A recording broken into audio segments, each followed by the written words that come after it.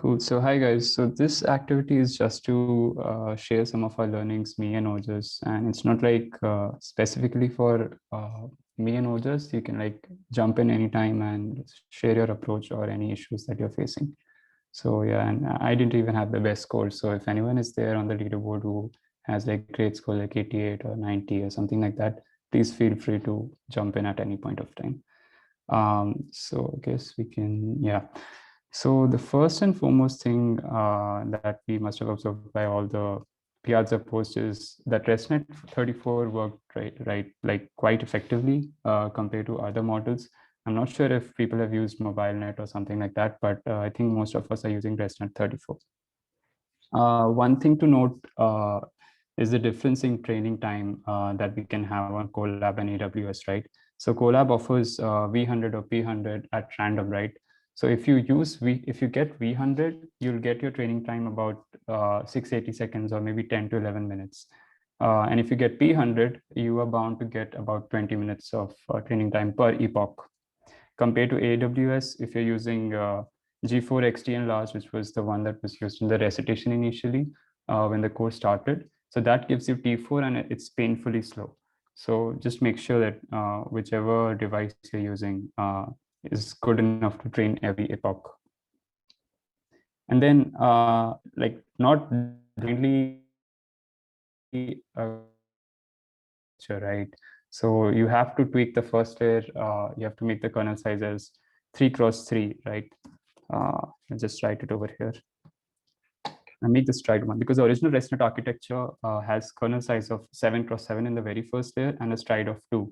Now that was meant for images for about, I think, 221x221 dimensions, but we have 64x64 in this case. So if you use 7x7 or maybe 5x5, then it's possible that you're losing a lot of good information, right? So make sure you use a kernel size of 3 and stride 1. So this is just like what we observed, what I observed during my experiments. And then way to add dropout. So I saw one post on Piazza where someone used dropout in the residual block itself, right? So if you do that, and even Professor Hiksha pointed that out, it would actually, the relative scaling of the shortcut that you're using in the residual blocks will be different in train and test, right? So don't use dropout in the residual layer. And even Eason pointed out in a lot of office hours that you just have to use one dropout, and that too after the flattened layer, right? So if anyone has any questions or anything to share, just please jump in at any point of time. And then we have different transformations. And so the thing with transformations data augmentation is that you have to use different combinations, right? So I personally used I used flip. I did not use normalization. I tried using normalization that was mentioned in one of these Piazza posts that you can use ImageNet values, right, for the normalization, but that didn't seem to work like really well. I mean, it could give you like an improvement in accuracy of maybe about 0.5 or 1%. But in my case, I did not observe that. And I think it's about the combination what you use because the yeah, other way around, normalization worked for me really well. It yeah. could So boost my yeah, score up to exactly. So five, it depends 7%. on what Yeah. combination you're using. Yeah, that's right. You you use 64 by 64 net Yeah, image size. yeah, Okay. yeah, yeah. So I use 224 by 224. That too with random cropping. So I resized my image to 256 by 256 and then I cropped it randomly at 224 by 224 as it was mentioned in the ResNet paper. And I thought it would work better in that way. So it's about the combination how you use. Yeah, I think one way is to resize the images to a larger size and use the kernel size of maybe 7 or 5. But I think the better way is to just use the original size of the images and use a smaller kernel size and stride. But I think if that gives good results on resizing, you can try that as well. I personally did not resize it. I kept it at 64x64. Okay. So now we talk about the initial learning rate. So you must have seen the baseline architecture that was given when the homework was released, right? So it said that you can use a learning rate of 0.1. The trick over here was that if you use a learning rate of 0.1 and you do not minimize it at some point of time, then your model would get stuck at some particular accuracy, right? So one solution is to use a learning rate scheduler. You can use reduce on plateau, or you can use step LR or multi-step LR. The thing with step LR is that uh, the thing with reduce on plateau, in fact, is that it reduces your learning rate by some factor only when your accuracy plateaus, right? And in case of step LR, you have to hard code the number of epochs after which you can reduce your learning rate. So in that sense, I found reduce on plateau was much better than step LR, because you don't have to hard code the number of epochs after which it reduces, right? So, or you can also do one thing. You can actually use a combination of reduce on plateau and step LR. But I think that would be tedious, given the time trends that we have now. I think reduce on plateau should be fine. Yeah, and then talking about the patterns in accuracies. So at different accuracies, at different learning rates, you'll find different accuracies. So when my model started to train at, let's say, 0.1, I got accuracies like 1%, and then a jump of 10%, 20%, 30, 40. And then it starts stagnating to about 55, 60, 65. And then it stagnates at about 66. At this point of time, depending on the threshold that you've set on your reduce on plateau, your model will reduce the learning rate by the factor that you set. So in my case, I set that to 0.1 or 0.05. So once that reduces, you will immediately observe a jump of, let's say, 10 to 12%. So in my case, I got like 82, and then it starts to hover around 83, 84. And then again, after a point, it will reduce the learning rate. And again, you'll see a jump, but this time it would be a smaller jump. So this way, the trick over here is that once you reduce the learning rate, it actually escapes that. How do I say this? It escapes that cage in your to find the optimal value, right? And then the thing with reducing the learning rate is that if your learning rate reduces to, let's say, 10 to the power minus 10 or 10 to the minus 8, then your learning rate becomes too small to even update the weights, right? So to handle this, what I did was I manually stopped the execution of the training, and then I reset my learning rate to say 0.01. So I observed that at accuracy of about 85 or 85.5, it starts to stagnate. And then the learning rate reduces to, let's say, 10 to the minus 6 or 10 to the minus 8, or even more. I mean, even less. So I stopped the execution. I changed the learning rate to 0.01 or 0.001, and then resumed training again. And then I observed an increase in accuracy. So make sure that your learning rate, when it becomes too small, you can actually manually stop your execution and start again from the same place where you left off. And then I can talk So about. what I 1 second, yeah. What I think is the first jump. If I believe everyone started with 0.1 learning rate, but whatever it is, the first step with the scheduler, which in my case was 0.1 to 0.01. This first step gives you the best jump you can have in your validation accuracy. So my approach was to move that jump as ahead as possible in terms of validation accuracy. So in first try, that jump came to me at 48% to 66%. And then I understood that it can go to 66% even without that jump if you continue the training for few epochs or more.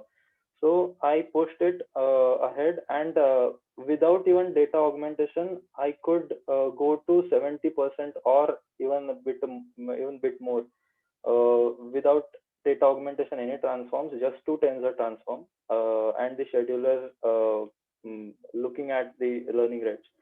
So I think the next 0.01 to 0.001 or 0.005, these jumps are they are visible, but they are not that that impressive as the first jump is. So my approach always was to move that jump as ahead as possible in terms of accuracy. You can Yeah. continue with yours.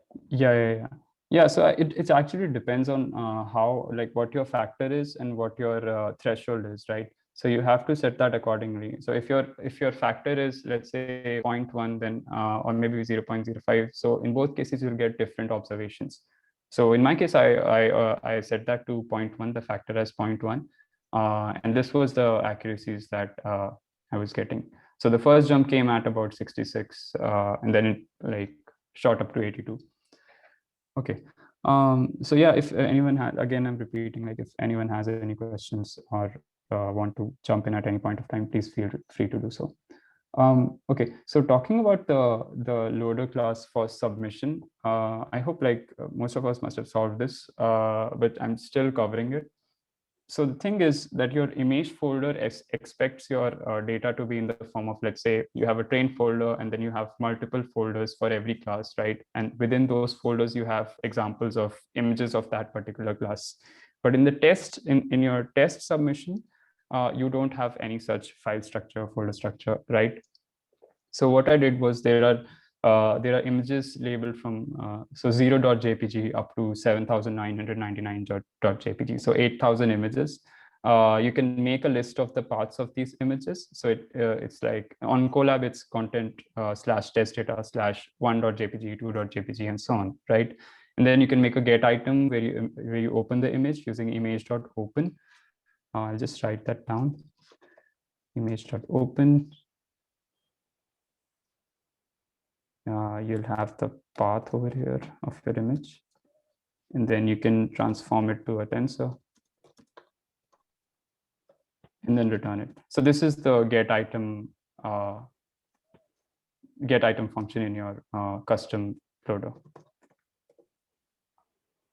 right? Okay. So yeah, one more thing to note is please don't forget to normalize when you're actually performing a model on the test data set. So there have been posts where people say that, okay, I'm getting this much accuracy, I'm getting really good accuracy on my validation, but I'm not getting good accuracies on my test. One of the reasons is that you may have forgotten to normalize your test data if you have normalized your training data as well. So just make sure you do not miss that. This might be one problem. Okay, so this was the problem, the mapping problem that was talked about a lot in the Piazza posts. I personally face this, and I'd like to explain this like a bit more clearly. So the image folder that we have in PyTorch, it actually goes over every folder, let's say in your training data. So just remember that your training data folder has lexicographically sorted folders, right? So it's basically one, and then it's 10, not two, then it's 100, and so on, right? So when image folder actually parses through these folders, it actually assigns a label to these folders. So 1 is 1, 10 becomes 2, and 100 becomes 3. The problem arises when you trained your model, and so the images that are there in the 100 folder, those are labeled as 3 by your model, and even for the validation, because both of these validation data and your training data both have the same folder structure that image folder expects. But when you do that on the test data set, and if you do not solve this mapping problem, then when you get an image from, let's say, you get an image from class 10, right? Your model will actually, if your model is correct, your model will predict 2, right? Will predict 2. But you do not want that. You actually want the model to predict 10. So you'll have to create a reverse mapping. And to do that, you have this. So let's say your train data set image folder is called train underscore data set. You can just print this out, class 2 IDX, and you can see that there's a mapping problem, right? And you can create a reverse mapping for your test data set, and that would solve the issue. So a lot of posts were there that you're getting good validation scores, but you're getting 0 on submitting to Kaggle. So this is one issue, because your predicted labels are not the expected labels of what Kaggle is basically expecting. So just make sure you solve this, right? And I hope this was clear. If anyone has any questions, please let me know. Okay. So what happens if you don't use a scheduler? again, if you don't use a scheduler, you are probably just stuck at some particular accuracy. And if you're expecting that the baseline architecture given in the Piazza posts of point 1 will work just like that, then you're wrong. You will have to, I mean, this worked for a lot of people, that you have to use a scheduler, right? Only then your basically your accuracy will escape that cage that I talked about earlier. So just make sure you do something manually, or like write a scheduler to reduce your learning rate. Okay. Yeah, I guess Otis, you can talk about this 12th point. Okay. How scheduler makes you hopeful and turns you down the next step. Okay. That this was the same thing, same jump I was talking about. So after that jump of let's say 15 on an average 15% of validation accuracy, my in my case it was getting stagnated very early. After that 2-3 epochs and it was totally dead. So the same thing I tried. One thing after that I tried was one transforms, uh, data augmentation, and second thing again to try to get the jump as ahead as possible. uh, what happened? Okay, next one. Trimmed version of resonant Oh 34. yeah, I Okay. can talk about this. So this was an experiment that I did. Parallelly running the ResNet 34 along with the trimmed down version of ResNet 34. So I actually removed some layers. There are 256 layers, right? So in channels are 256. So there are six Okay. such Yeah. residual blocks. So I removed some blocks of 256. I removed some blocks of 512, and even one from 64. So I observed that that same pattern of increasing accuracy, and then it stagnates, and then the learning rate drops, and then it like increases accuracy, and so on. Right, this cycle repeats. So I observed that if you use a trimmed down version of ResNet 34, you'll observe the same accuracy patterns. The only difference is that now your jump or your stagnation will start at, say, about maybe 55 or let's say 60, and then the jump would be a little lesser, but the same pattern would be I see. observed. So it's not like you just have to use ResNet 34. You can even reach B cutoff by a trimmed down version of ResNet 34, and it would take lesser time. Yeah, this was just one observation that I wanted to share. But in this case, we won't be able to take that particular model to train it ahead Yeah, of yeah, it, yeah. right? Yeah, yeah, yeah. Because This was the just an structure experiment is that I did. yeah. Yeah. Yeah, I guess this or just you can like talk about feature dimensions. Feature dimensions, effect on runtime. Okay, so many people were talking about, even on Piazza, about feature dimensions. What are they, and what exactly they are doing, and how they are affecting. So feature dimensions, firstly, are something. So the output of that ResNet is a flattened layer, which we are talking as an embeddings. So this was basically mentioned in the center loss, that if we convert the embeddings, the information which is there in embeddings, into some format which is lesser than the embed. So embeddings have 512 layers, 512 dimensions. So if in my case, I had kept, I did not know that feature dimensions were set at 2, at the first point. But when I get to know, I changed it to 6. I tried to change it to 512, and my CUDA totally died. It went out of memory.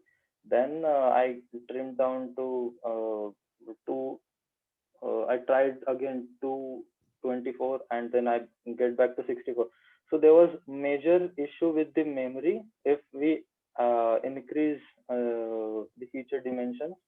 And the feature dimensions, I think they are useful in terms of verification data. But my observation personally was, even for the verification, I use the embedding. So as in the previous okay, in bootcamp, we knew that we got to know that the embeddings have the richest information from the ResNet which we can have. So I thought that it would be better to use embedding. So I did not use feature dimensions in my code. It was getting calculated, and it was kind of thrown away.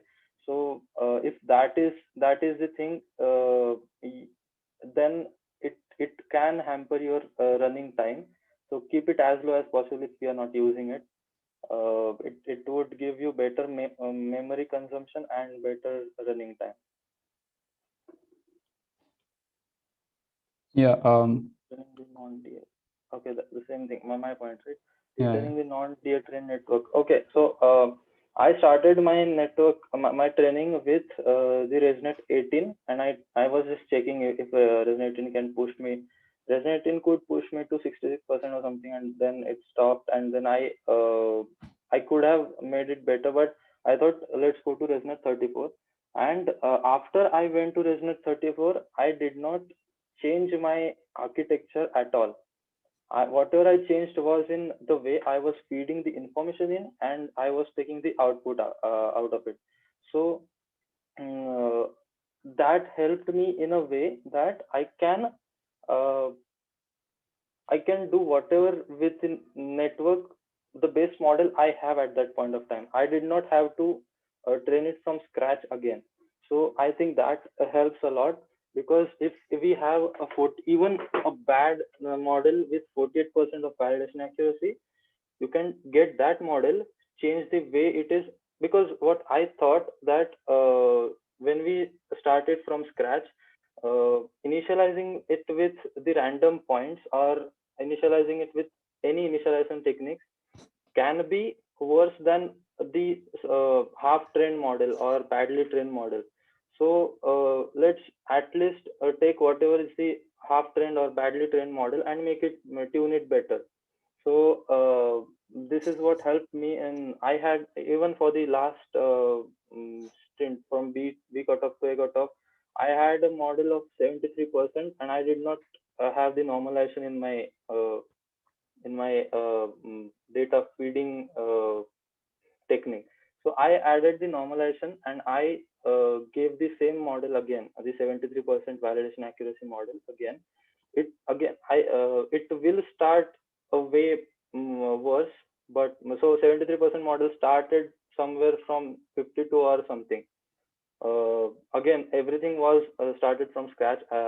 Nonetheless, the learning rate was 0.1 again, as high as possible and everything. But at least it could start from 52 and not zero. And it could, and after a point, the jumps we can see over there are pretty good, rather than starting from the scratch. So I think the retraining trained model worked for me in this case. Um, Taste accuracy and CAG are different from validation accuracy. Okay, the same point I think he talked about. At this point, I wrote because of the test to ID to class conversion. Yeah. Using This yeah. there's also one really good post. Let me just yeah. So this post, if anyone followed, so this post says getting zero for accuracy, right? For even training. So there are 5 possible reasons that Vinay has highlighted. So I would suggest you going over these 5 points and see if if you have this problem, you can solve it. Maybe using these 5 points. Yeah. So I'll link this in this document and share it afterwards. Coming back, yeah. So if you're wondering that, Yes, sorry. go ahead. Yeah. So if you're wondering that you have to create another loader for verification for the verification task, so I would say that, don't do that. I don't know if it's possible, but it's definitely going to be tedious. So you can just use some simple approach to make that loader. So what I personally did was, if you see the files, the .txt files that are there for the verification tasks, it's something like, let's say, so image path 1, and there's a space, image path 2, and then there's the label, right, 0 or let's say 1, right? So what you can actually do is you can parse this file line by line, this .txt file line by line, parse it line by line, split the string by white space, and then convert, oops, yeah, open the images using those paths, convert to tensors, and then find the similarity using, let's say, cosine similarity.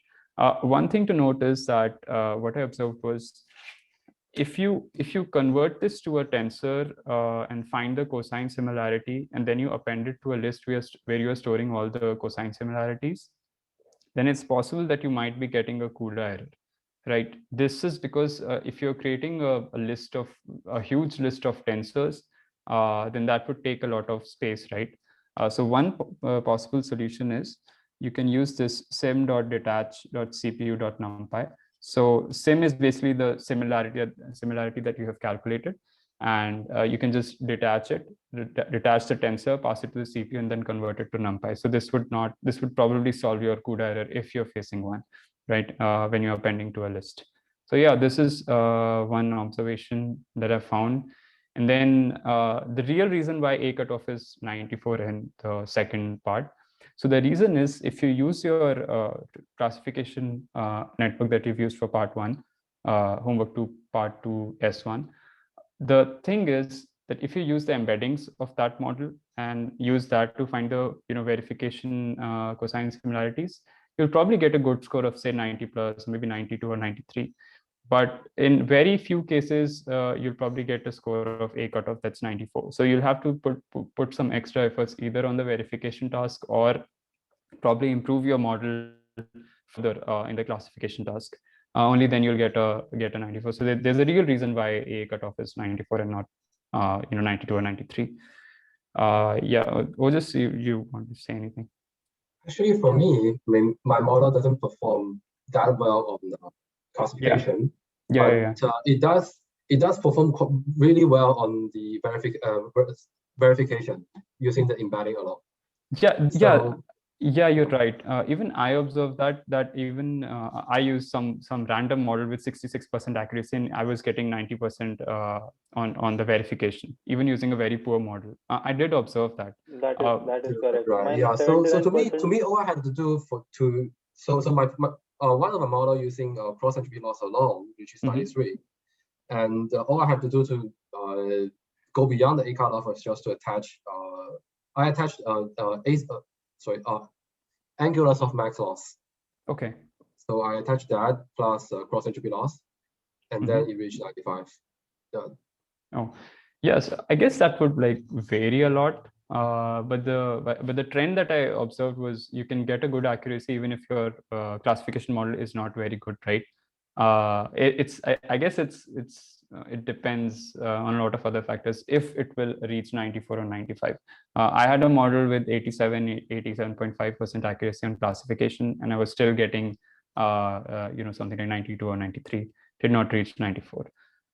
So yeah, so either your model should be really good, probably, or you'll have to put extra efforts in your verification. And then yeah, so note to self: start early. So this competition was really compared to the first one, this competition I think was more challenging, and maybe the subsequent ones, homework 3 and homework 4, are going to be even more challenging. So yeah, just make sure we start, all of us, we should start early. Yeah, so if anyone wants to jump in and share any insights, please feel free. One second. Yeah. You for the verification task, you did not use the custom dataset class, right? So what I did was, I used the custom dataset class, which was really simple. I'll just show how I did that. So this was the np.load text. This is the command which can give us the that text file directly into the string. Okay. So if we can just we can actually use those strings to hold the image. So can you go a little up where you wrote the get item classes? Yeah. Or you erased yeah, that? this one, right? Okay, yeah, correct. So what I did over here, I just gave the image1 to image.open path image 1 is equal to image open and image 2 is equal to image open, and I use the transform to both of them, and I return both of them. So the same class anyways we were writing for the test. So I just added one more image. I transformed it. I returned it, and so after that I could just use dot layers to get the embeddings and put it into the cosine similarity. So this is I thought the simplest way to deal with verification thing. Then we talked about potential CUDA errors, importance of sequence. Okay, this thing I tried myself. When after embeddings, we were giving the output to directly. I think the output of flattened layer embeddings to directly num classes, which we needed. So what I did was the output of embeddings was 512 layers. I used the 512 to 512 to 2048 11028 to 2048 two num classes, and I could add the batch num layer and dropout in there as well. I think that that must have helped not to lose some information. So if in case you guys can try that as well. I don't know exactly how and how much it helped me because I don't have the data from the case I not using it, but I think it can help. Yeah, so if And I'm not yeah, wrong, what you mean is you actually use the layer which has the 4000, so basically probabilities, softmax probabilities, right? The yes, output yes, layer, right? From yes, which we actually pick the argmax to actually predict yes, which class yes. is it. So yeah, probably the reason why there was an increase in accuracy in AUC score, sorry, in the verification task using this technique was that Mm-hmm. maybe there's a lot of information that is there, right? So that maybe the similarity score improves by some margin compared to if you Yeah, do that exactly. on, let's say, 512 or maybe lesser. Yeah. So that's what Yeah. I thought. 5122 num classes for 4,000 for us. So 5122 to 4,000 is a huge jump and Yeah. prone to loss the information. And the Yeah. Yeah. 512 is the richest information. We don't have to lose it. So I thought of this. Yeah. I guess that's That's pretty all much from. it from my side. And so yeah, if And anyone has anything to discuss. could I ask a question Yeah, about sure. the verification part? Sure. Yeah, so earlier you mentioned that you don't need a good classification model to train to use it for verification and get a good mark. I was wondering if so for me, I've had a pretty good classification model. I got 87%, but Yeah. and I based it using cross entropy only. I didn't use center loss. And so Mhm. using that, I plugged into verification. It was pretty bad. So I was wondering, what loss function are you using for your classification model, and with which you got a good mark for verification? Yeah, I'm sorry I Okay. missed this, but like all of this I did on cross entropy loss only. What is the score Oh, that you're getting on verification if you're getting 87 on Yeah. classification? I got like 60 something, Uh, like uh, um, 66. I think Okay. there might be a problem The with your code because like one of my friends in my study group also faced the same. Just please recheck your probably the way you are appending it to the list, right? It might Yeah. be that. Because if you're getting yeah 87, I would expect your verification something AUC to be, 88 to yeah, 93 yeah, in probably that 88 to range. 93, Yeah. something like that. Oh, okay. And So did you? Sorry, go ahead. yeah, go ahead. Okay, I yeah. was saying Centelos So gives a better. I'm sorry. Centelos gives a better score on Kaggle with respect to the verification than classification. So my observation was 70% or 80% validation accuracy with the cross entropy loss may give a worse score on Kaggle than a same validation accuracy model trained with the center loss. That's what my observation was. yeah, that makes sense. Yeah. For after you, so once you have your cross entropy based classification model, right? Did you have to do any other training in order to plug that in to get the verification, or was all you did simply just create a comparison function and like plug it in directly So with the for embeddings? me, I started with center loss. I started with the assignment with the center loss because I had an idea that if we have the good model in classification, which can help us in verification. I thought of doing both of the assignments in a single training. Very hopeful, but the center loss got stagnated very early, so I stopped it. But I had those models saved, so I thought of using them to check for the Mhm. verification, and they gave a pretty much they gave a good score in verification. And the parallelly I started training with the classification with this cross entropy loss, and I had a better model than that in cross entropy loss as well, but they couldn't give me the score. So personally, I did not do anything extra to just to get the verification score better. But this was the distinction that the my verification score, the model gave me the verification score was the central loss model and not the cross entropy loss. Okay, yeah, I see. Thanks. Yeah, even I did not like personally. I did not do separate training for the verification task. I just used my model that was there in the classification one and used the embeddings for the verification. I think that those who got like really amazing scores like 99 or 98 on the leaderboard Yeah, in verification, Mm. yeah, they probably did something. they They must have done something. yeah they must have put extra efforts on verification by training it as well. Because So what yeah. model we had, they got totally stagnated at the scores we have right now on the Kaggle. Yeah, yeah. We couldn't get any better score. So Okay, so just for clarification, yeah, that was very helpful. But just for clarification, your classification model that with which you used for verification, it's like ResNet 30, is it ResNet 30 something Yeah, as precisely. well? Yeah, precisely. Yeah. Yeah. Okay, and use data augmentation and LR. Okay, did you? Yeah, I guess it's like the typical baseline or model that you have with which you plug into verification, right?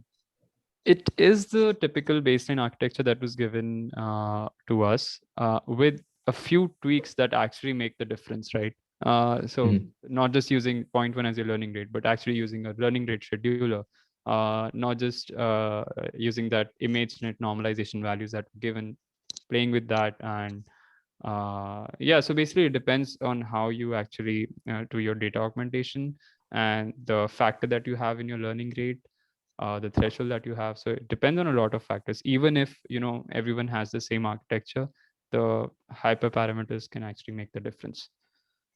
yeah. Yeah. So for example, there is one transform I saw. I couldn't use it, but the people who are using 64 by 64 image may have a good try on it. The transform color jitter. The Oh color yeah. jitter in my idea, it can help a lot because in the image, let's say there is an image, color jitter just changes the three parameters in terms of it change. In short, it changes the color of the image, but the boundaries they remain same. So in my head, at least it can help a lot, but it was taking hell lot of time for one epoch, 70 minutes, which was very very huge. So I dropped it. But if 64 by 64 people, if you're using, you can try that. It may help Okay. because Yeah. we need the boundaries and not the color of the image. And if that changes and still our network is learning to get the boundary, then it can be very helpful. There's also one transform that I observed helped. I mean, I think it helped a lot. That's the random affine transform. So I'll just show. Are you guys able to see my screen, Yeah, we can. the code part? Yeah. Yes. So you can see that this particular image, right? It actually has a tint. That's because of the color jitter. But you can actually see there's a tilt as well, right?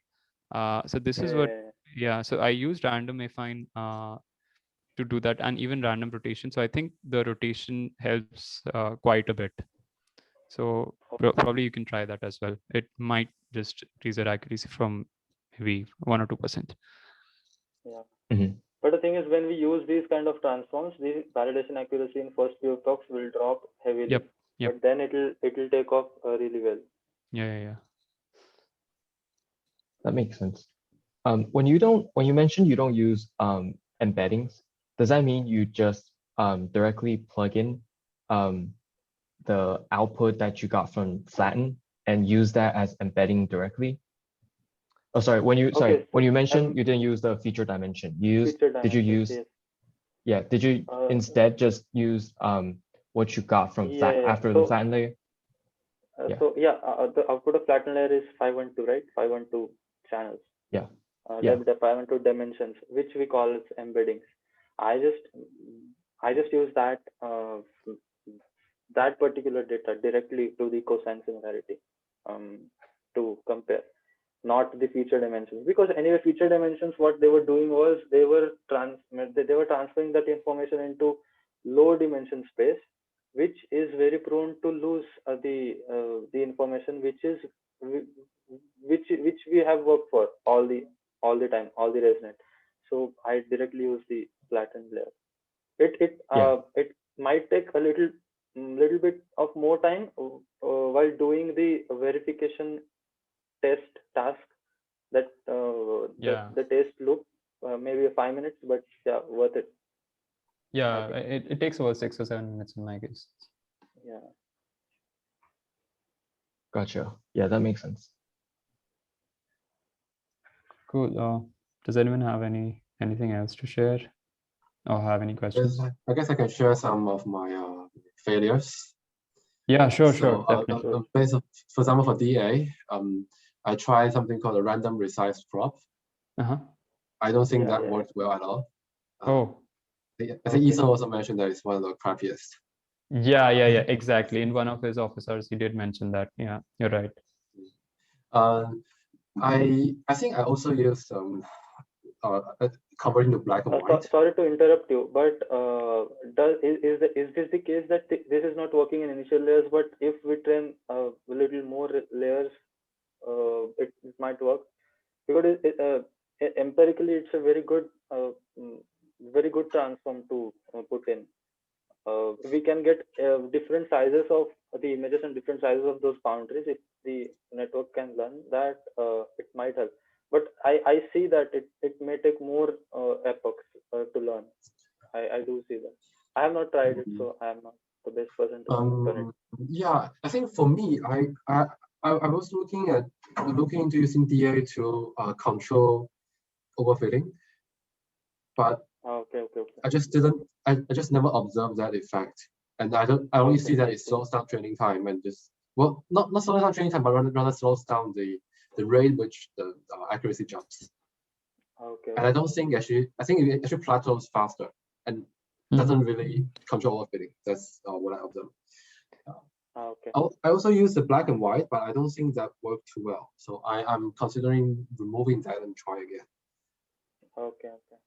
Probably that isn't working because even the test images are not black and white, right? So I guess the model does not really learn anything new, I would say. Yeah, actually, I just realized. Yeah, I was thinking along that line and realized, that's probably why. Because one of my very early model actually got a close to 100% training accuracy. Okay. But obviously, it overfitted horribly for validation. Yeah, so that's why I'm looking at DA to help control that. Got it. So for the earlier model, I didn't add any DA at all. It's just even if you're using 64 by 64 image, you can try this thing. Resize your image to the some 100 by 100 or 128 by 128, and use random crop to 64 by 64. So what will happen is it is a kind of a zoom in, right? When we crop a 120 image to 64. So that helps it learning a better boundaries. And while testing, just change that random crop to the center crop. So it's I don't know if it helps or not, but center crop is always we get the gist of the image overall. So center crop worked well than random crop in testing for me, but random crop has worked for me really well rather than just putting the same image again and again in.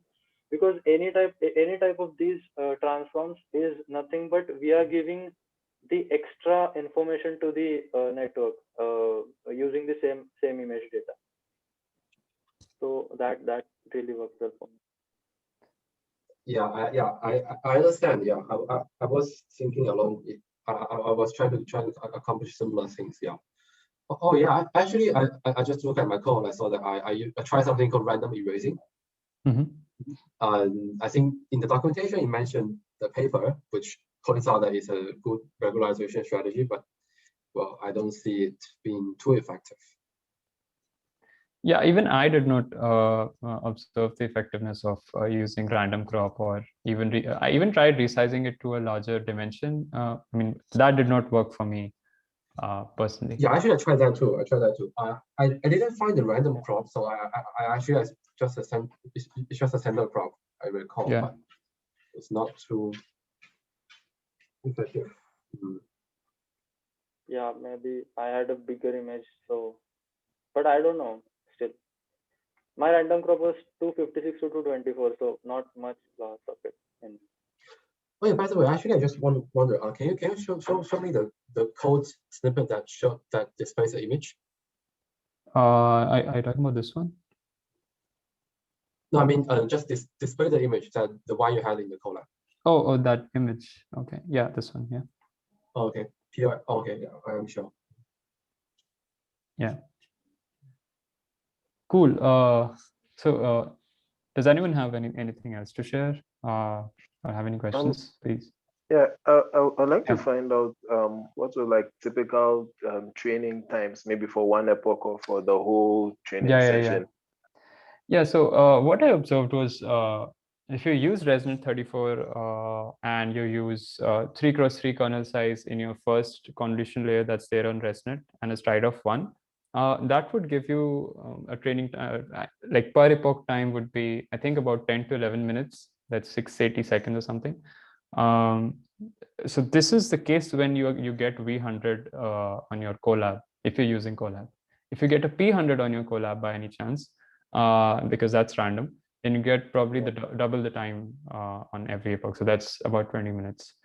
All right. So, for the ResNet 34, so for the first layer, the stride is 1. So do we need a max pooling of stride 2 after that, or just... Oh yeah, I'm so sorry, I missed that. So so max pool, I don't think max pool has a good effect in this case, because we already have a really small image, right, of 64 cross 64.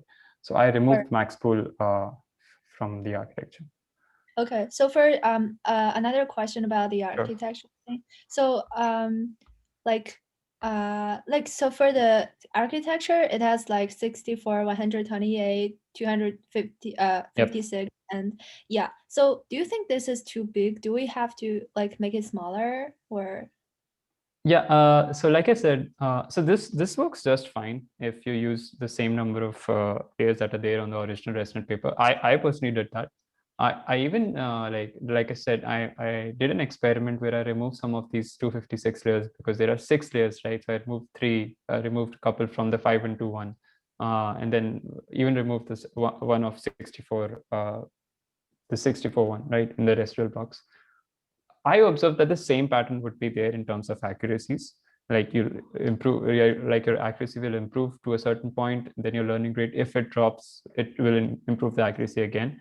But the thing is that the first stagnation would be at a much lesser accuracy if you use a trimmed down version of the ResNet. So yeah, so ResNet 34, I would say it's a big model, but I think it just works fine, and in terms of the time that it takes per epoch as well. So I wouldn't say it's too big. Thank you. It's not too big. But inversely, if you say that if we add some layers rather than trimming it, what you did, we might get a little better results, but not obviously tried, but just saying. So I did try that as well, From and okay. I actually did not see any improvement. So there's a reason why this Okay. particular combination works, right? Because it's used in so many applications. Okay. So one of my friend tried to use ResNet 50 as well, but Okay. not any. I mean, I did not see any mesmerizingly good results with ResNet 50, and Yeah. the running time was too high for ResNet 50. Yeah, that It's would natural. definitely It's increase. natural, yes. Yeah. But so ResNet 34 is apt model for at least for this task. What we had. Maybe for bigger tasks, ResNet 50 might work. 101 might work, but for this task, 34 was pretty good. Yeah. Cool. Yeah. Does anyone else want to share something? Sorry, I tried. Yeah. I tried to try to minimize, try to reduce the kernel size of the first convolution layer, and at the same time remove the max pool. Yeah, but it may take over 1 hour for each pod to train. Is that too high? That's actually too high. What are you using? Are you using Colab or AWS? AWS and use the ResNet 34. Yeah, so using that's normal. That's Is that normal? G4 is really slow. Yeah, so- So because G4 XT Enlarge uses Tesla for T4. AWS, I think that's reasonable. I think because I've tried that and it also gave me about like 50 to 55 minutes per epoch. So I think if you want your model to be training faster, I think you could reduce the max. You could remove the max pooling layer, but you could set the first layer of your CNN stride to 2. In this case, I think the overall result would be like maybe just as good as use the stride 1, and I think that's a reasonable result, and also a good result, and also makes your nodal training faster. Yeah. So Okay, I think sorry. I think it's two-way. So the first way is to retain the max pooling. That is, you don't remove the max pooling, but you set the first layer stride to 1. And the second way, I think that's to remove the max pooling and you set the first layer the stride to 2. I think that's two-way, and but I didn't compare that two-way. But overall, the training time will be reduced. Like there is only takes you about 10 minutes per epoch, and that is good. So before the conversation moves away from epochs, I just want to get a general idea. Like, so in the end, about maybe how many hours did it take to train up to say 85% or something like that? So in my case, I just left it overnight. So I would say probably 6 hours or something. Because how many epochs is that? So I trained it for, if I'm not wrong, so I set the number of epochs to 200 when I left it overnight, and I think when I woke up, it was at something 60 or 65, something like that. Yeah. The point is that at some particular point, I'd say at 83 or 85, it starts to stagnate at that point, right? And then the learning rate becomes like really small, and then you are like just hovering around that accuracy. So one way, like I said, at that point of time, even we cannot judge if it has stagnated or it is learning with a very, very, very small learning rate. I mean, you can print that. You can print the learning rate. So yeah, I think one way, like I personally use this taking was to stop the execution and then reset the learning rate to a little bit like higher value, let's say 0.01 or 0.001, and then resume the learning. But like just be careful. It's possible, save your model first. It's possible that your accuracy might even drop after that. So I use 0.001 and it pushed the accuracy from, let's say, 86 to 87 or 85 to 87. Okay. Yeah. Didn't it come back to some 77 or something? It did in one of these cases where I put the yeah. learning rate like really high. So just make sure you save the model before doing that. Yeah. So in my case, I am not in state, so I cannot use Google Colab Pro. I just have Google Colab, 2-3 notebooks running at a time. And AWS, I did not have very good experience. So it took me a couple of 2 or 3 overnight runs to reach that point. But number of epochs, and also I'm using 224 by 224 image. So it took a similar number of epochs as Rush did, but the time was high for me. Just FYI, if you want to use V100 on AWS, you can. I think that's P3 instance, but that costs around $1 per hour for a spot instance. $3 per hour, I thought. I think for spot is $1 or $0.9 per hour. One thing that you're talking about? Come again? Colab Pro you were talking about? He's talking about like using the same AWS. GPU in yeah, AWS. I'm taking about same GPU as AWS. So as Colab. Yeah. Okay. That's V100, right? Yeah, that's V100. In AWS stuff. Yeah, so that's a trade-off. If you use V100 on AWS, better. probably it charges you more, I guess. Yeah. It charges let me see, around 5 times as G4DN. Okay. Yeah. So one thing to do with the AWS is don't use the normal instances. If you use spot instances, it's like 20% of the cost. So like you always use the spot instance. Yeah, and I have yet to get kicked on one of those. So yeah, I've not yet. Yeah. Well, I actually had difficulty launching a spot instance since back in end of February. Back when I think David, the TA David mentioned that there's a conference deadline and people are training models, I guess. But after that, I've not experienced any issue launching instances. A tip for like people using Colab is that there's actually V100 Tesla V100 available once a couple of times, like you restart. So, and V100 is like even substantially faster than P100, which is much faster than P4, right? So you could like reconnect several times and then see your GPU, and if you're lucky, you might get connected to V100. Exactly. Yeah, this is what I actually did. So it depends on the chance, right? You can even get V100 or you might just get P100, and the difference is huge actually. So if I got P100 and when I trained my model on Resident 34, I was getting like 20 minutes per epoch, and if I got V100, I was getting about 10 minutes. So that's a huge difference, right? That's double. Yeah, but it's like, is it like you can train as much time as you want with them, or they get disconnected after a point of time? Oh yeah, so I have Colab Pro, and I use that JavaScript script that you can plug in into your console, right? That just keeps on yes, keeps it from disconnecting. Yeah.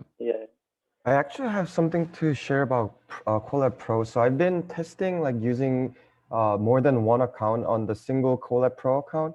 And if you use 4 runtimes for like over 12 hours, you actually get disconnected from Colab Pro for like, I don't know how many hours, but you get disconnected for a certain amount of time actually. So at least for me, I don't run over 3 runtimes, because once you get disconnected, you can't run any GPU and you get disconnected from everything you've been running so far as well. Okay, that makes sense. Yeah, so for this challenge, I don't think you really need to train it for probably not more than 5 or 6 hours, I would say. I mean, for this particular challenge. After you have everything right. going in that Yeah, way. that's a prerequisite, I would say. Cool.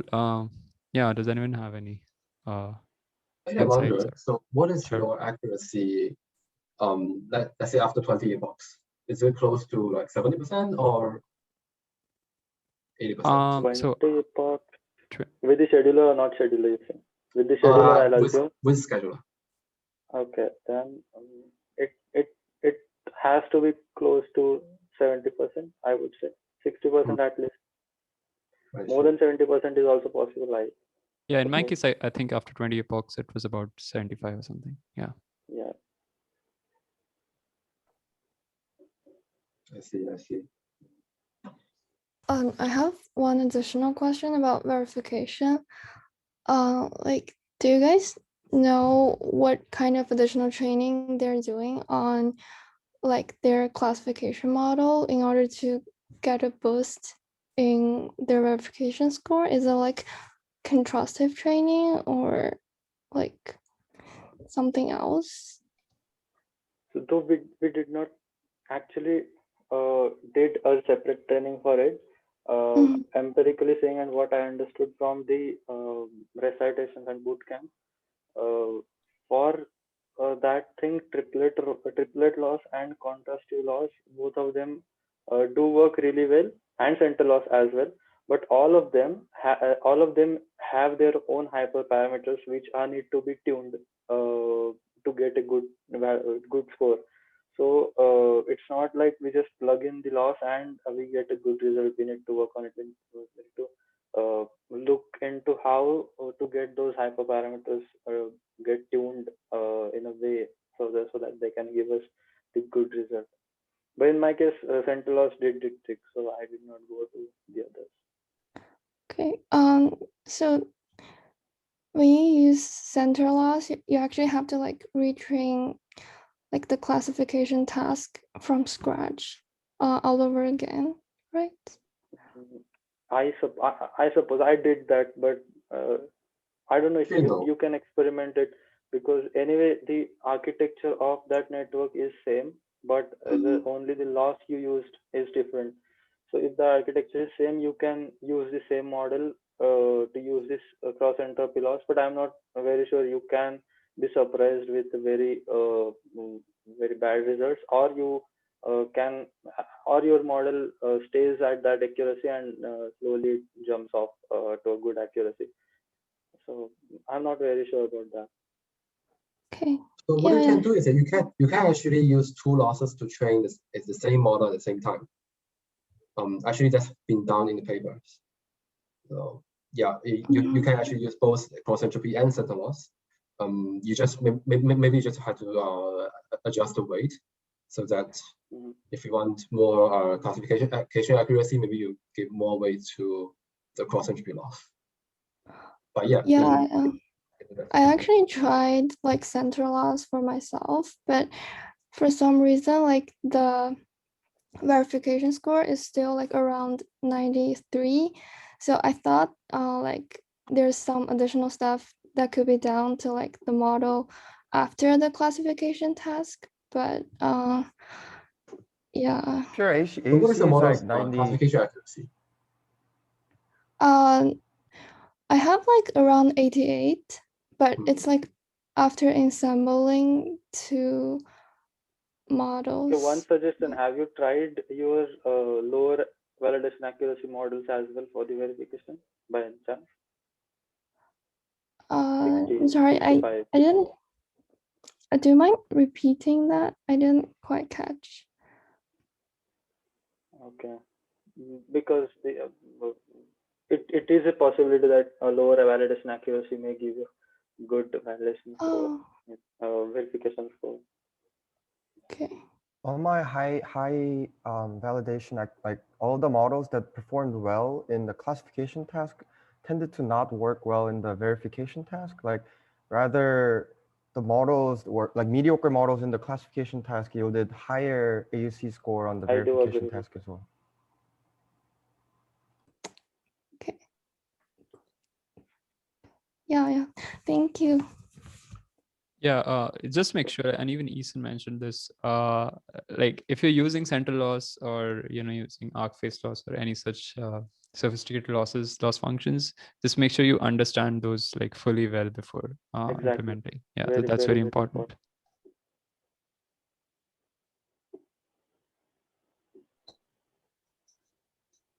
Yeah, I Cool. agree. So I actually try to implement the uniform loss, but well, the implementation is not really correct. I think it actually decreased the accuracy and make training time longer.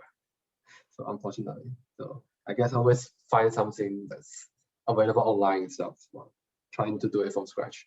Yeah, it took me 1 day to do it, and it didn't work out, unfortunately. Okay. Yeah, I think this covers like a lot of stuff. Yeah. If there are any more insights or anything you want to share, just go ahead. I think we still have time. Yeah, I guess there's one thing I can share about training time. Sure. So if you have ever installed something called a torch summary, you'll be able to print out all the layers and its sizes in the list, and then in the end it will tell you the forward backward path size and the parameter size. So for CNN, the forward backward path size is what determines the speed. For me, on a G4DN, so which is a T4, if the forward backward path size is around 100 megabytes, it takes around 30 to 35 minutes using the mixed precision training, which will actually make it a bit faster.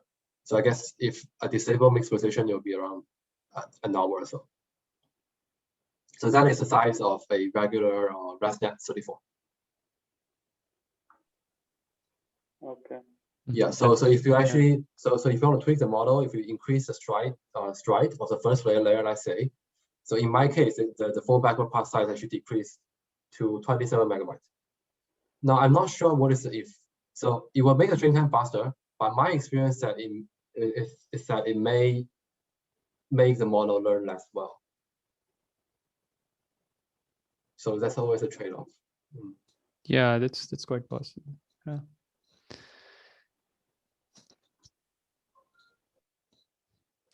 Cool. I guess we can close the call now. Yeah, just once again, like we're not experts at anything. We're just fellow students, and I just thought that we thought that maybe sharing our ideas and approaches might just help someone. So yeah, I hope this helped. Yeah. So if this covered a good amount of ground, and it helped. Yeah, probably we can have this after every competition, probably. After every, yeah, that makes sense. Cool. So does anyone have any more insights or questions? Or I guess we can stop here. Hi. Actually, I'm half late into this section, so I'm just wondering, is the recording going to be available today, or? Sure. It's getting recorded, so yeah, it will be up. Okay, cool. And we'll also get link to the Google post or Google Doc. Sure, definitely. Thank you so much. Yeah. Cool. Thank you guys. Thank you so much for joining in. Thank you so much. I hope this helped. Yeah. All right. Bye. Oh yeah, actually, one more question. Sure. Have you guys tried Dropout in every layer, or do you guys just use the vanilla ResNet 34? So I just used one dropout layer after the flattened layer with with not really a high probability 0.2, 0.3. That's it. Just one. I did not use a dropout over there. I used a dropout after that to get the get it to num classes, a sequential model after that. Okay. Oh yeah, actually that reminds me of one more thing, one more failure. So I tried to add a batch norm in after the linear layer, and then connects to cross-entropy loss, but it didn't work out. I remember it worked well in MLP in the first homework, but adding linear layer, adding activation before cross-entropy loss in this case doesn't seem to work. Oh. Yeah, that's quite interesting. I'm not sure. Yeah, it probably depends on the like what combinations you're using, right? Yeah. I mean, I guess my model is special. Like I mentioned in the chat, right? My model only trains with Adam. Okay. Yeah, cool. It's quite interesting. You can post it on peers and let's look what answer we get, so that it might be useful for next time. Sure. Maybe as a post-mortem analysis. Yeah. Thanks for that. All right then. Yeah, just making sure everything is clear for everyone. I guess we can close now. Thanks a lot, guys. Again, thanks so much. All right. Bye-bye. See you in class. Bye-bye. Thanks. Bye-bye.